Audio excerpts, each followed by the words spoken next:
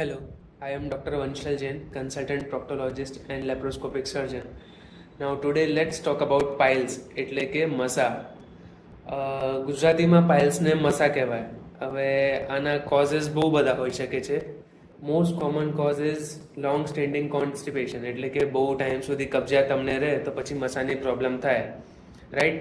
બીજા બધા પ્રીડિસ્પોઝિંગ કોઝેસ અને ફેક્ટર્સ પણ હોય છે, જેમ કે બહુ ઓઇલી અને સ્પાઇસી ફૂડ ખાવું, બહારનું બહુ વધારે ખાવું, જે ડાયટરી ફાઇબર્સ હોય ફ્રૂટ્સ એન્ડ વેજીટેબલ્સ એ ઓછા લેવા, પાણી ઓછું લેવું, એક્સેસિવ વેઇટ લિફ્ટિંગ કરવું અને hereditary predisposing conditions. These are the major causes of piles, right.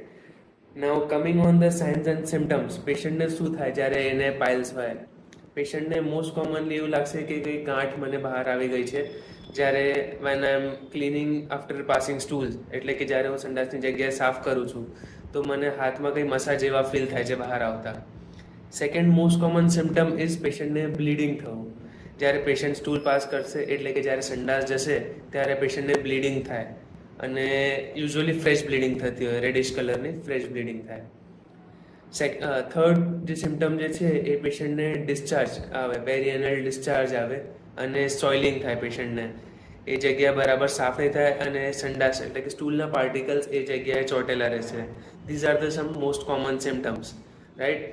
ટ્રીટમેન્ટમાં first we can plan for conservative treatment એટલે કે ઓપરેશન વગર આ વસ્તુને સારી કરી શકાય છે. પેશન્ટને ડાયટરી ફાઇબર્સ વધારવાના એટલે કે ફ્રૂટ્સ એન્ડ વેજીટેબલ્સ વધારે લેવાનું, પ્લેન્ટી ઓફ ઓરલ ફ્લુઇડ્સ એટલે કે પાણી વધારે લેવાનું, જ્યુસીસ વધારે લેવાના, બધા પ્રકારના ઓરલ ફ્લુઇડ્સ વધારે લેવાનું. એક થર્ડ જે છે એ કોન્સ્ટિપેશન અવોઇડ કરવાનું એટલે કે પ્રિવેન્ટ કરવાનું with a good laxative such as lactulose or cremafin solution. It can be used so that stools are passed without any efforts and બધા જોર સંડાસની જગ્યાએ જોર કર્યા વગર સ્ટૂલ તમને પાસ થઈ જાય, રાઈટ. આ બધા થોડા કન્ઝર્વેટિવ ટ્રીટમેન્ટ છે. આનાથી જો સારું ના થાય તો પછી we can plan operative treatment. Operative ટ્રીટમેન્ટમાં nowadays with such an advancement of technology, we have so many treatment options available, ranging from laser therapy to stapler surgery to sclerotherapy to Chievtase procedure to simply bending, right? So there are different options available.